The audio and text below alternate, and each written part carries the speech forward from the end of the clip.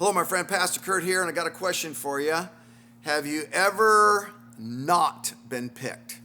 Have you ever not been picked? Man, I'll tell you what, my whole life I was a not been picked.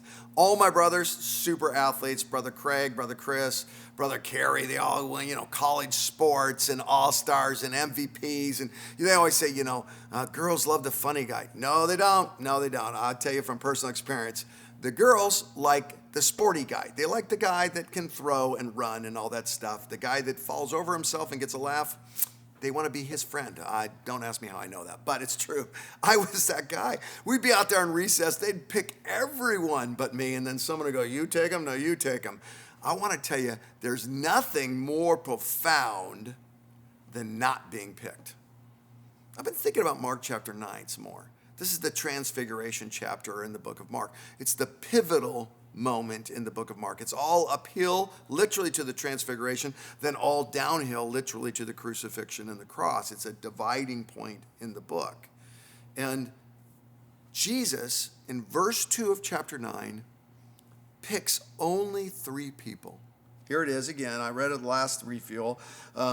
Mark chapter 9, verse 2. After 6 days, Jesus took Peter, James, and John with him, and he led them up a high mountain where they were all alone. There, he was transfigured before them. What's Matthew thinking? What's Thomas thinking? They're down at the camp going, why did they get picked? The Bible doesn't really tell us why he picked these ones and not the others. And the natural thinking is, well, they were the all-star students. They were the super apostles. But I don't know if that jives with the record. Look at Peter. Peter is the biggest mess up of all the apostles. In a few short weeks, Peter's going to be at the Last Supper saying, Jesus, you're not dying. Quit that stupid dying talk. I won't let you die. And Jesus goes, no, you're going to deny me 3 times. I will never deny you. And then 24 hours later, he's telling a little girl around a fire, I don't know Jesus, I don't know him. Shut up, little girl. I mean, he's a mess. Maybe Peter gets invited to the transfiguration because he needed it. Maybe he didn't earn it. Maybe he's not a super apostle. Maybe Jesus looks at him in grace and says, you're going to go through a hard valley. You're going to really doubt. You're going to be very afraid. You're going to deny me. Then you're going to feel guilty about denying me. Maybe I ought to give you an experience, a memory, a moment where you see me clearly to hold you through it. I'm not sure. I do think this, though.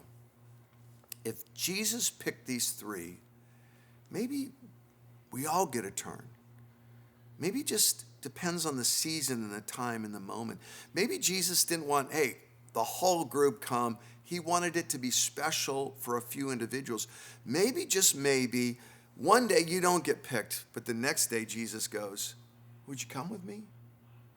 Would you come up the mountain, see what I have for you? Would you let me prepare you for the valley that's in your future? I kind of think that's what's going on.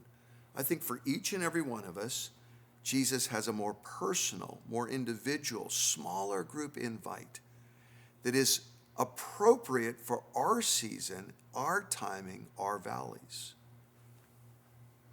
Could it be that in the near future, in the next day or week or month, Jesus might just whisper in your ear and say, can you and I get aside? Can we get away?